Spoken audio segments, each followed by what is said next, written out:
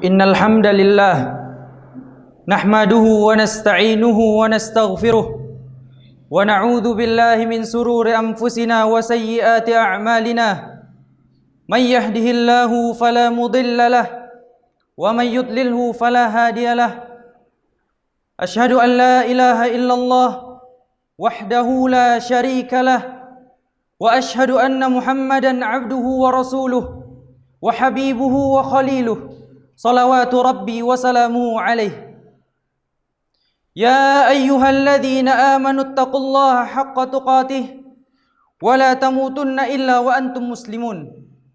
Ya ayyuhan nasu taqu rabbakumul ladzi khalaqakum min nafsin wahidah wa khalaqa minha zawjaha wa batha minhuma rijalan katsiran wa nisaa.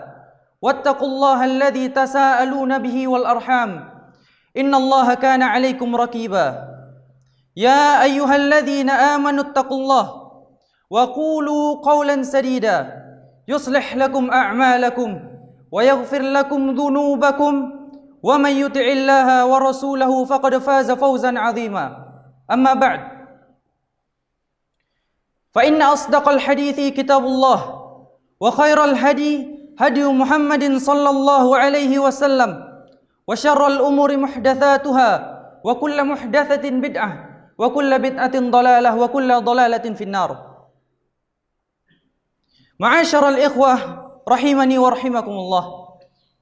Bersyukur kita kepada Allah Subhanahu wa taala atas limpahan rahmat dan juga nikmat-nikmat yang Allah Subhanahu wa taala berikan kepada kita.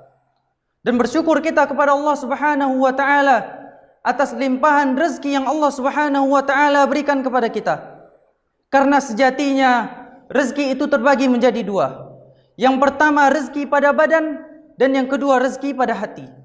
Rezeki pada badan yaitu rezeki yang Allah Subhanahu wa taala berikan kepada seluruh makhluknya, baik itu hewan, jin maupun manusia. Dan rezeki yang seperti ini sifatnya umum, karena Allah Subhanahu wa taala memberikan kepada seluruhnya. Dan rezeki ini bisa kita rasakan berupa rumah, kendaraan, makanan serta nikmat-nikmat lahiriah lainnya. Allah Subhanahu wa taala berfirman, "Wa ma min dabbatin fil ardi illa 'ala Allahi rizquha wa ya'lamu mustaqarraha wa mustaudaha kullun fi kitabim mubin." Adapun rezeki pada hati yaitu rezeki berupa tauhid, iman dan juga Islam. Yang mana rezeki ini hanya diberikan oleh Allah Subhanahu wa taala kepada orang-orang yang terkhusus, kepada orang-orang yang spesial, karena ini merupakan rezeki terbesar yang Allah Subhanahu wa taala berikan kepada hambanya. Dan inilah rezeki yang harusnya kita syukuri kepada Allah Subhanahu wa taala. Salawat dan salam kita berikan pula kepada Nabi Muhammad sallallahu alaihi wasallam, yang mana pada hari Jumat yang penuh berkah ini kita diperintahkan untuk memperbanyak salawat kepada beliau. Sebagaimana sabda Nabi sallallahu alaihi wasallam, "Man shalla alayya wahidah, sallallahu biha asyrah." Barang siapa yang bersalawat kepada aku satu kali, maka Allah Subhanahu wa taala akan bersalat kepadanya 10 kali. Dan tidak lupa juga kita meningkatkan iman dan takwa kepada Allah Subhanahu wa taala. Karena orang yang bertakwa adalah orang yang paling mulia di muka bumi. Sebagaimana firman Allah Subhanahu wa taala, "Inna akramakum indallahi atqakum." Sesungguhnya orang yang paling mulia di antara kalian di sisi Allah Subhanahu wa taala adalah orang yang bertakwa. Ma'asyiral ikhwah rahimani wa rahimakumullah. Allah Subhanahu wa taala senantiasa menganjurkan kepada kita untuk selalu mentadabburi ayat-ayatnya. Allah Subhanahu wa taala berfirman, "Afala yatadabbarunal Qur'an am 'ala qulubin aqfaluha?" Apakah mereka tidak mempelajari, mentadabburi ayat-ayat Allah Subhanahu wa taala, ataukah hati mereka telah terkunci? Padahal Allah Subhanahu wa taala telah mempermudah Al-Qur'an untuk kita, baik untuk dipelajari maupun untuk dihafalkan. Allah Subhanahu wa taala berfirman, "Wa laqad yassarnal Qur'ana lidzikri fahal mim muddakir." Dan sungguh kami telah mempermudah Al-Qur'an untuk dijadikan pembelajaran. Maka apakah ada orang yang mengambil pembelajaran tersebut? Ketahuilah ma'asyiral ikhwah rahimani wa rahimakumullah, Al-Quran memberikan kepada kita bimbingan, maka barang siapa yang mempelajari Al-Quran, pasti dia akan terbimbing. Dan barang siapa yang mengamalkan Al-Quran, pasti dia akan bahagia. Dan barang siapa yang mentadabburi Al-Quran, pasti dia akan diberikan rahasia-rahasia ilmu yang Allah Subhanahu wa ta'ala berikan kepadanya. Maka dari itu, ma'asyiral ikhwah, ada sebuah surat di dalam Al-Quran yang mana Allah Subhanahu wa ta'ala menamakan surat ini dengan surat Al-Hujurat. Dan surat ini mengandung banyak pembelajaran-pembelajaran di dalamnya, terutama pembelajaran di dalam adab. Dan ulama juga menamakan surat ini dengan surat adab. Allah Subhanahu wa ta'ala memulai surat ini dengan adab yang paling tinggi. Allah Ta'ala firman, Ya ayyuhalladzina amanu la tuqaddimu baina yadayillahi wa rasulih wattaqullah innallaha sami'un alim. Wahai orang-orang yang beriman, janganlah kamu mendahului Allah dan Rasulnya, sesungguhnya, dan bertakwalah kepada Allah, sesungguhnya Allah Maha mendengar lagi Maha mengetahui. Di ayat pertama, ma'asyiral ikhwah, Allah Subhanahu wa ta'ala menjelaskan kepada kita bagaimana pengakuan seorang hamba yang beriman kepada Allah Subhanahu wa ta'ala. Dan kemudian Allah Subhanahu wa ta'ala menyambung firman-Nya dengan adab yang paling tinggi. Allah Subhanahu wa ta'ala firman, wahai orang-orang yang beriman, janganlah kamu mendahului Allah dan juga Rasul-Nya. Mendahului Allah dan juga Rasul-Nya baik dari ucapan maupun dari perbuatan. Jangan sampai kita termasuk orang-orang yang mendahului Allah dari ucapan, yang mana kita mengucapkan sesuatu ucapan di dalam agama, akan tapi itu tidak ada dasarnya dari Rasulullah SAW. Dan jangan sampai kita melakukan suatu perbuatan yang tidak ada dasar perintahnya dari Rasulullah SAW, yang tidak ada dasarnya dari Rasulullah SAW. Adapun orang yang dia melakukan suatu perbuatan ataupun mengucapkan suatu ucapan yang tidak ada dasarnya dari Rasulullah SAW, akan tapi dia mengatakan bahwasannya ini termasuk dari agama, maka orang yang seperti ini masuk ke dalam firman-Nya Allah Subhanahu wa ta'ala. Allah Subhanahu wa ta'ala firman, Am lahum syuraka'u syar'u lahum minad dini ma lam ya'zam bihillah walaula kalimatul fasli laqudiya bainahum wa innadh zalimina lahum adzabun alim. Apakah mereka memiliki tuhan-tuhan, sesembahan-sesembahan selain Allah Subhanahu wa ta'ala, yang mensyariatkan kepada mereka agama yang tidak diizinkan oleh Allah Subhanahu wa ta'ala? Kalaulah bukan karena ketetapan, pastilah mereka telah binasa. Dan sungguh orang yang zalim akan mendapatkan azab yang sangat pedih. Perhatikan ma'asyiral ikhwah rahimani wa rahimakumullah. Allah Subhanahu wa ta'ala menjelaskan kepada kita bahwasannya untuk membuat syariat harus mendapatkan izin dari Allah Subhanahu wa ta'ala. Akan tapi Allah Subhanahu wa ta'ala tidak akan pernah memberikan izin kepada siapapun. Karena sejatinya, sesungguhnya syariat ini adalah milik Allah Subhanahu wa ta'ala. Bahkan Rasulullah SAW saja tidak berani membuat syariat apabila belum datang suatu hukum kepada beliau, apabila belum datang suatu dalil kepada beliau. Dan ini terjadi kepada Rasulullah SAW, yang mana para sahabat bertanya kepada Rasulullah.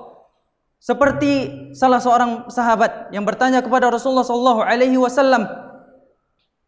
Sahabat itu berkata, wahai Rasulullah, sesungguhnya aku sedang berihram, sementara kutuku sangat banyak di rambutku dan ini sangat menggangguku. Dan orang yang berihram dilarang untuk mencukur rambutnya. Lalu bagaimana wahai Rasulullah? Kemudian setelah mendengar pertanyaan tersebut, Rasulullah SAW diam sejenak menunggu wahyu yang datang dari Allah Subhanahu wa ta'ala, menunggu dalil yang datang dari Allah Subhanahu wa ta'ala. Setelah turunnya dalil, baru Rasulullah SAW menjawab pertanyaan sahabat tersebut. Rasulullah SAW bersabda, hendaklah engkau mencukur rambutmu dan menyembelih seekor kambing. Lihatlah ma'asyiral ikhwah, perhatikan bagaimana kehati-hatian Rasulullah SAW dalam menjaga syariat Allah Subhanahu wa ta'ala. Kalaulah Rasulullah SAW saja tidak berani membuat syariat, tidak berani memerintahkan suatu perkara kepada umatnya sebelum datangnya dalil, maka kewajiban kita sebagai seorang mukmin yang menisbatkan diri kita sebagai pengikut Rasulullah SAW hanya mengikuti apa yang datang dari Al-Quran dan Sunnah, dan diiringi dengan pemahaman para sahabat dan para salafus saleh terdahulu. Kemudian ma'asyiral ikhwah rahimani wa rahimakumullah, Allah Subhanahu wa taala melanjutkan firman-Nya pada ayat yang kedua. Allah taala firman, "Ya ayyuhalladzina amanu la tarfa'u aswatakum fawqa sautin nabi wa la tajharu lahu bil qawli kajahri ba'dikum li ba'd an tahbata a'malukum wa antum la tash'urun." Wahai orang-orang yang beriman, janganlah kamu meninggikan suaramu melebihi suara Nabi, dan janganlah kamu berkata kepadanya dengan suara yang keras sebagaimana kerasnya suaramu terhadap sebagian lainnya, supaya tidak dihapuskan amalanmu dan kau tidak mengetahuinya. Perhatikan ma'asyiral ikhwah rahimani wa rahimakumullah, Allah Subhanahu wa taala melarang para sahabatnya untuk meninggikan suaranya melebihi suara Nabi, karena Allah Subhanahu wa taala mengabarkan bahwasannya ini bisa menghapuskan suatu amalan. Syekh Ibn Nasir, Abdurrahman Ibn Nasir As-Sa'di rahimahullah mengatakan, jika mengangkat suara saja melebihi suara Nabi itu bisa membatalkan suatu amalan, maka apalagi yang mengangkat suatu pendapat di atas pendapat Rasulullah sallallahu alaihi wasallam. Maka dari itu ma'asyiral ikhwah, janganlah kita mendahulukan pendapat fulan melebihi apa yang kita dapati dari Rasulullah sallallahu alaihi wasallam, melebihi apa yang diajarkan oleh Rasulullah sallallahu alaihi wasallam. Akan tapi sayangnya banyak dari kaum muslimin yang mereka melalaikan hal tersebut. Banyak dari mereka yang mengangkat adat istiadat dibandingkan syariat. Banyak dari mereka yang mengangkat pendapat kiai-kiai mereka ataupun orang yang mereka anggap memiliki ilmu agama di atas pendapat Rasulullah sallallahu alaihi wasallam. Padahal Imam Asy-Syafi'i rahimahullah taala mengatakan, kaum muslimin seluruhnya sepakat apabila telah datang suatu hukum, suatu dalil kepadanya, maka larangan baginya untuk meninggalkan hukum tersebut hanya karena mengikuti pendapat seseorang. Aqulu qauli hadza wa astaghfirullah li wa lakum innahu wal ghafurur rahim.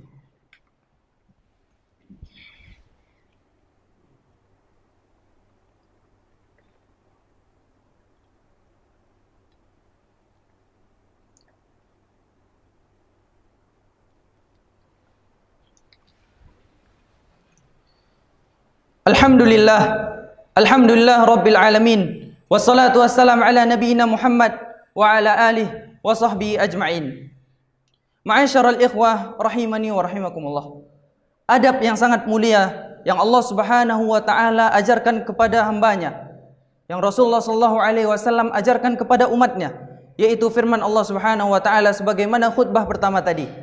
Allah Subhanahu wa taala berfirman, wahai orang-orang yang beriman, janganlah kamu meninggikan suaramu melebihi suara Nabi.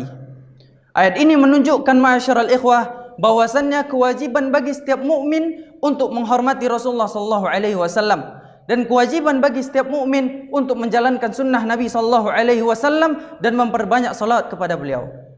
Adapun mukmin yang tidak menjadikan Rasulullah sallallahu alaihi wasallam suri tauladan di dalam kehidupannya, tidak menjadikan Rasulullah sallallahu alaihi wasallam sebagai hakim di dalam kehidupannya, maka mukmin yang seperti ini telah hilang kesempurnaan imannya.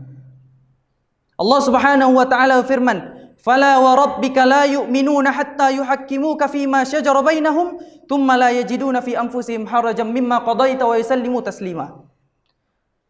Demi Tuhanmu, sesungguhnya pada hakikatnya mereka tidak beriman sampai mereka menjadikan kamu sebagai hakim di dalam permasalahan yang mereka perselisihkan, dan mereka tidak berat menerimanya serta menerima dengan sebenar-benarnya penerimaan. Di dalam ayat ini ma'asyiral ikhwah rahimani wa rahimakumullah, Allah Subhanahu wa taala menjelaskan kepada kita bahwasannya keimanan tidak sempurna kecuali dengan 3 hal. Yang pertama yaitu menjadikan Allah Subhanahu wa taala dan Rasulullah sallallahu alaihi wasallam sebagai hakim di dalam kehidupannya yang sehari-hari, menjadikan Rasulullah sallallahu alaihi wasallam sebagai suri tauladan di dalam kehidupannya. Dan yang kedua, tidak merasa berat apabila telah datang suatu hukum kepadanya. Dan yang ketiga, menerima dengan sebenar-benarnya penerimaan apa yang telah diajarkan Rasulullah sallallahu alaihi wasallam, apa yang telah disampaikan oleh Rasulullah sallallahu alaihi wasallam. Semoga kita termasuk hamba-hamba yang senantiasa bertakwa kepada Allah Subhanahu wa taala, dan termasuk hamba-hamba yang senantiasa menghidupkan sunnah Nabi sallallahu alaihi wasallam. Innallaha wa malaikatahu yusalluna 'alan nabi يا أيها الذين آمنوا صلوا عليه وسلموا تسليما اللهم صل على محمد وعلى آل محمد كما صليت على إبراهيم وعلى آل إبراهيم إنك حميد مجيد وبارك على محمد وعلى آل محمد كما باركت على إبراهيم وعلى آل إبراهيم إنك حميد مجيد اللهم اغفر للمسلمين والمسلمات والمؤمنين والمؤمنات الأحياء منهم والأموات إنك سميع قريب مجيب دعوات يا أرحم الراحمين ربنا هب لنا من أزواجنا وذرياتنا قرة أعين واجعلنا للمتقين إماما ربنا آتنا في الدنيا حسنة وفي الآخرة حسنة وقنا عذاب النار ربنا آتنا في الدنيا حسنة وفي الآخرة حسنة وقنا عذاب النار اللهم اجعلنا من المتقين اللهم اجعلنا من التوابين سبحان ربك رب العزة عما يصفون وسلام على المرسلين والحمد لله رب العالمين عباد الله إن الله يأمر بالعدل والإحسان وإيتاء ذي القربى وينهى عن الفحشاء والمنكر يعظكم لعلكم تذكرون ولذكر الله أكبر أقيموا الصلاة